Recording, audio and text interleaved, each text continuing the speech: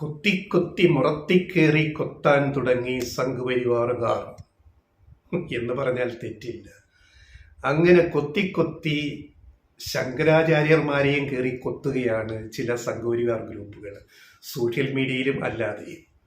ആരടോ ഈ ശങ്കരാചാര്യർ എന്ന് വരെ ചോദിച്ചു തുടങ്ങിയിരിക്കുകയാണ്. എന്താ കഷ്ടം, എന്താ സ്ഥിതി?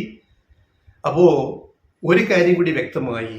അയോധ്യയിൽ ജനുവരി 22-ന് പ്രതിഷ്ഠിക്കുന്നത് ഹിന്ദുത്വയുടെ രാമനെയാണ്, ഹിന്ദുയിസത്തിന്റെ രാമനെയല്ല, ഹിന്ദു മതത്തിന്റെ രാമനെയല്ല, ഹിന്ദുത്വയുടെ പൊളിറ്റിക്കൽ രാമനെയാണ്. BJPക്ക് വേണ്ടിയാണ് അവിടെ പ്രതിഷ്ഠിക്കുന്നത്, നരേന്ദ്രമോദി പ്രധാനമന്ത്രി പ്രതിഷ്ഠിക്കുന്നതെന്ന് കൂടുതൽ വ്യക്തമായി വന്നിരിക്കുന്നത് എന്നതിൻ്റെ തെളിവാണ് ആദിശങ്കരൻ സ്ഥാപിച്ച 4 മഠങ്ങളിലെ ശങ്കരാചാര്യന്മാർ അയോധ്യയിൽ ഈ ചടങ്ങിൽ പങ്കെടുക്കില്ല എന്ന് വ്യക്തമാക്കിയത്. 2 ശങ്കരാചാര്യന്മാർ പരസ്യമായിട്ടും 2 പേർ മൗനം കൊണ്ടും ഞങ്ങൾ അയോധ്യയിലേക്കില്ല എന്നാണ് ഇതുവരെ നിലപാട് എടുത്തിരിക്കുന്നത്. ഇനി ആകെ കുറച്ച് ദിവസങ്ങൾക്കുള്ളിൽ ആ നിലപാടിൽ മാറ്റം വരുവാനൊന്നും സാധ്യതകൾ ഞങ്ങൾ കാണുന്നില്ല.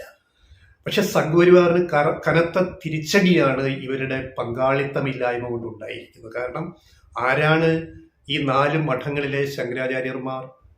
അവർ നമ്മുടെ അദ്വൈത വേദാന്ത പ്രകാരം, ഹിന്ദുയിസത്തിന്റെ പ്രമാണപ്രകാരം ഹിന്ദു മതത്തിലെ വിശുദ്ധ ഗ്രന്ഥങ്ങളെ സംരക്ഷിക്കുകയും അതിനെ നിർവചിക്കുകയും വ്യാഖ്യാനിക്കുകയും ചെയ്യാനുള്ള അന്തിമ അവസാന അതോറിറ്റികളാണ്, അല്ലെങ്കിൽ ആ ശ്രേഷ്ഠ വ്യക്തിത്വങ്ങളാണ് ഈ പറയുന്ന 4 ശങ്കരാചാര്യന്മാർ എന്ന് പറയുന്നത്.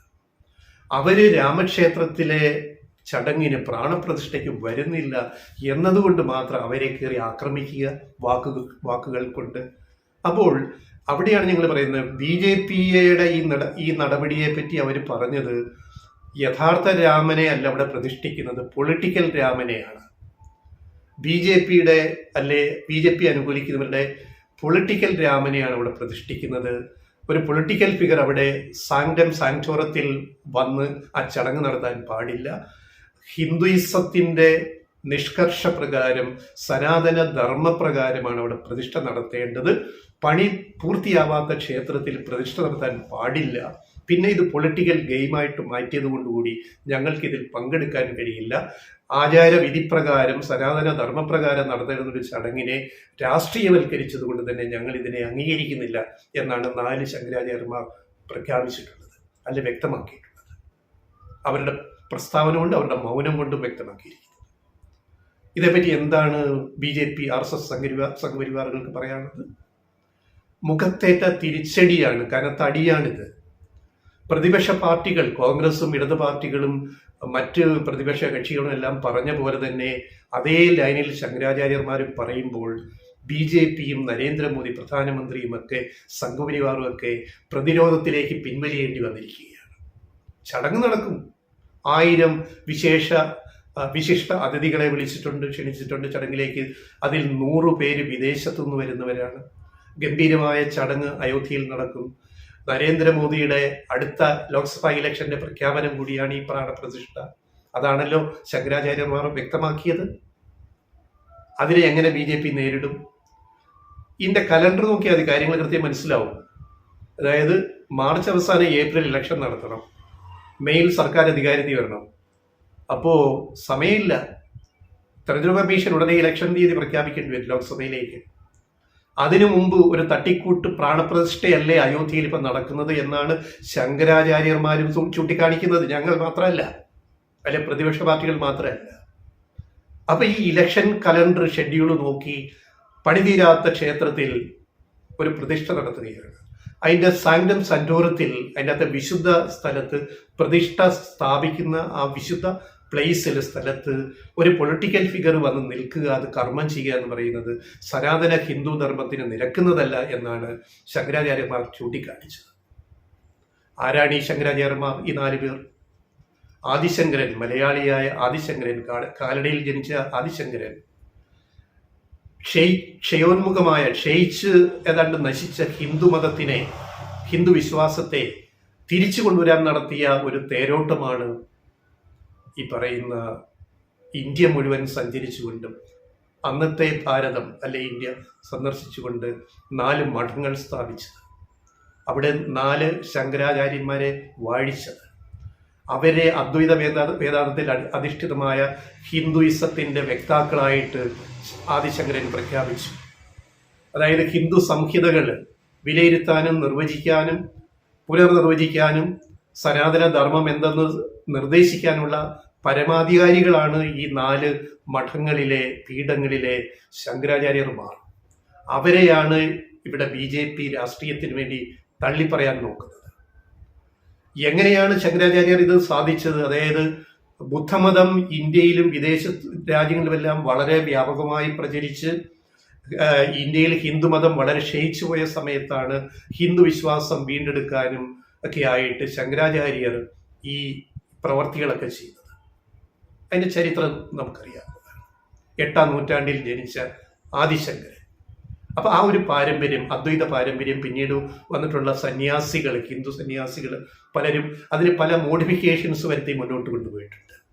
ഇപ്പൊ ശ്രീനാരായണ ഗുരുവിന്റെ അദ്വൈത വേദാന്തം ശ്രീ ശങ്കരന്റെ അദ്വൈത വേദാന്തം തന്നെയാണെന്ന് വാദിക്കുന്നവരുണ്ട്.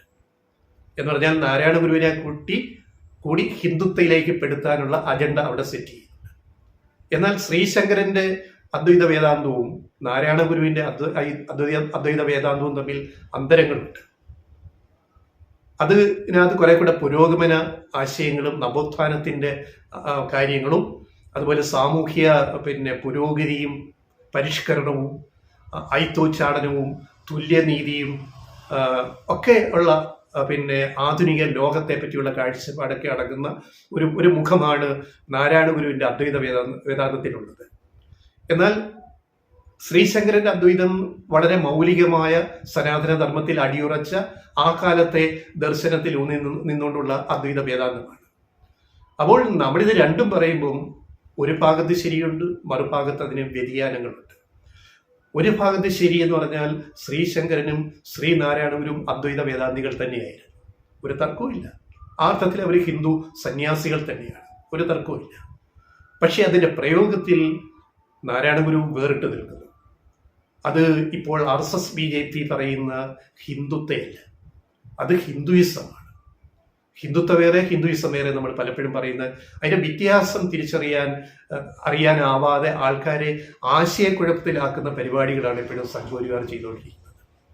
അപ്പം നാരായണ ഗുരുവിനെ ഒരു ഹിന്ദുത്വ സന്യാസിയാക്കി മാറ്റാൻ നോക്കുക. അപ്പൊ ഇവിടെയും ശങ്കരാചാര്യന്മാർ ഇതിനെ എതിർത്തത് ഹിന്ദുത്വ അജണ്ട ഇവിടെ വേണ്ട, ഹിന്ദുയിസം വേറെ, ഹിന്ദുത്വ ഇവിടെ വേണ്ട. രാമനെ ഒരു പൊളിറ്റിക്കൽ ടൂളായിട്ട്, രാഷ്ട്രീയ ആയുധമായിട്ട് ഒരു പാർട്ടി, അധികാരത്തിലിരിക്കുന്ന പാർട്ടി ഉപയോഗിക്കാൻ പാടില്ല. അവിടെ പ്രാണപ്രതിഷ്ഠ നടത്തണമെങ്കിൽ അത് സനാതന ധർമ്മവും സ്ക്രിപ്റ്റേഴ്സ്, വിശുദ്ധ ഗ്രന്ഥങ്ങൾ പറയുന്ന കാര്യങ്ങളൊക്കെ പാലിച്ചു വേണം ചെയ്യേണ്ടത്. ഇതാണ് അവർ ചൂണ്ടിക്കാണിച്ചത്. അങ്ങനെ ചൂണ്ടിക്കാണിക്കുമ്പോൾ അവരെ നമ്മൾ എന്താ പറയുക, നമുക്ക് വായിത്തു എന്ന് പറയുന്നത് ശരിയാണോ? സംഘപരിവാർക്ക് എന്തും പറയാമല്ലോ, നാവിന് ഭയങ്കര വഴക്കമാണല്ലോ, മുറുക്കമൊന്നുമില്ല. പണ്ട് ഇപ്പൊ കൊടുങ്ങല്ലൂർ ഭരണിപ്പാട്ട് എന്ന് പറഞ്ഞാൽ തെറിപ്പാട്ട്, തെറിക്കുന്ന പാട്ടാണ്. ബുദ്ധസന്യാസികളെ അടിച്ചുപൊടിക്കാൻ വേണ്ടി പാടിയ പാട്ടുകളാണ് ഭരണിപ്പാട്ടുകളെന്ന് ഒരു വേർഷനുണ്ട്. ഞാൻ ഒരു ഉദാഹരണം പറയുകയാണ്. കേരളം മുഴുവൻ ഒരു കാലത്ത് ബുദ്ധിസം വ്യാപിച്ചിരുന്നു. കേരളം മുഴുവൻ ഹിന്ദുയിസം അത്രയും ക്ഷയിച്ചു പോയിരുന്നു, ഹിന്ദുമതം. അതിനെ തിരിച്ചു കൊണ്ടിരുന്നതിന്റെ ഭാഗമായിട്ട് അന്ന് തെരുവിലിറങ്ങിയ ഇന്നത്തെ ഈ സംഘപരിവാർ പോലുള്ള അന്നത്തെ ഗുണ്ടകൾ, അന്നത്തെ സനാതന ഗുണ്ടകൾ, ഈ സനാതന ധർമ്മത്തിൽ ഗുണ്ടാ സംഘവും ഉണ്ട്, സനാതന ഗുണ്ടകൾ എന്ന് വിളിക്കുക. അവര് തെറിപ്പാട്ട് പാടിയിട്ടാണ് തെറിപ്പിച്ചു വിട്ടത് കൊടുങ്ങല്ലൂരിൽ നിന്ന് ബുദ്ധസന്യാസികളെ. അതിനെയാണ് നമ്മൾ കൊടുങ്ങല്ലൂർ ഭരണിപ്പാട്ട് എന്ന പേരിൽ പിന്നീട് അറിയപ്പെട്ടു വന്നത്.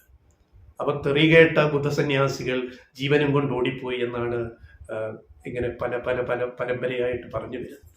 അതിൽ ചരിത്രം ഉണ്ടാവാം, സത്യമുണ്ടാവാം, ചിലപ്പോൾ കുറച്ച് കഥകളും ഉണ്ടാവാം. പക്ഷേ ഇതൊക്കെ യാഥാർത്ഥ്യങ്ങളാണ് ചരിത്രത്തിലെ എന്ന് നമ്മൾ തിരിച്ച് അറിയുകയും മനസ്സിലാക്കുകയും ചെയ്യണം. അപ്പൊ ഈ സംഘപരിവാറിന്റെ ഈ ഗുണ്ടായിസം അന്നുമുണ്ട്, ഇന്നുമുണ്ട്. അവരെ അംഗീകരിക്കാത്തവരെ ആരായാലും അവരെ ചീത്ത വിളിക്കുക എന്നത് അതൊരു കലയായിട്ട് അവർ വളർത്തിയെടുത്തിട്ടുണ്ട് എന്നാണ് ഈ സംഭവത്തിലും ശങ്കരാചാര്യ സംഭവത്തിലും അവർ തെളിയിക്കുന്നത്.